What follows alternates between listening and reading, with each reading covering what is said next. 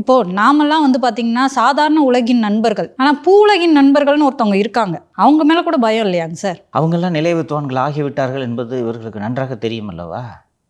அந்த அமைப்பை சேர்ந்தவர்கள் எல்லாம் இந்த அரசாங்கத்தின் நிழல் முதல்வராக சில மாதங்களுக்கு முன்பு வரை வலம் வந்து கொண்டிருந்த யூசியோட நெருங்கிய நண்பர்கள் தான் அந்த அமைப்பினர். அவர்கள் பூவுலகி நண்பர்களிலிருந்து திமுகவின் நண்பர்களாக 2021 மே முதல் மாறிவிட்டார்கள். மற்றதை விடுங்க, மற்றதெல்லாம் கூட நான் பெருசுப்படுத்தலை. சுற்றுச்சூழல் தானே உங்கள் வேலை. பரந்தூரில் இது நடந்துன்னு இருக்குது. பேசுனீங்களா நீங்கள்? வேறு எந்த பெரிய அமைப்பும் பரந்தூரை தொடவே இல்லை. அந்த ஜனங்க ஒண்டியால் தனியாக கஷ்டப்பட்டு இருந்தாங்க. யாருமே அவர்களுக்கு துணைக்கு போகவில்லை. ஃபஸ்ட்டு நான் போனதுக்கு கேஸு எம்எல்ஏ. அப்புறம் அந்த ஜனங்க தனியாக போராடிட்டு இருந்தாங்க. அப்புறம் அண்ணன் திரு சீமான் சென்றார் என்ற நினைவு. வேறு ஒரு சில கட்சிகள் மட்டும் அங்கே சென்றன.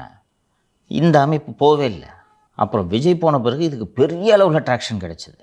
அதற்கு பிறகு இந்த அமைப்பு பூவுலகி நண்பர்கள் அப்புறம் தான் லேசாக தூங்கி எழுந்திரிச்சு, ஐயோ பாருங்கள் இது சுற்றுச்சூழல்லாம் சொல்லிட்டு இருந்தாங்க. இது இப்போ இந்த சென்னை வெள்ளத்தை சந்திக்க போகுது, ஜென்மத்துக்கும் பறந்துட்டு வராது. அதனால் ஏகனாபுரம் மக்கள் இது குறித்து எந்த அச்சமும் பட தேவையில்லை என்பதை இயற்கை அவர்களுக்கும் அத்தனை பேருக்கும் உணர்த்தி இருக்கிறது.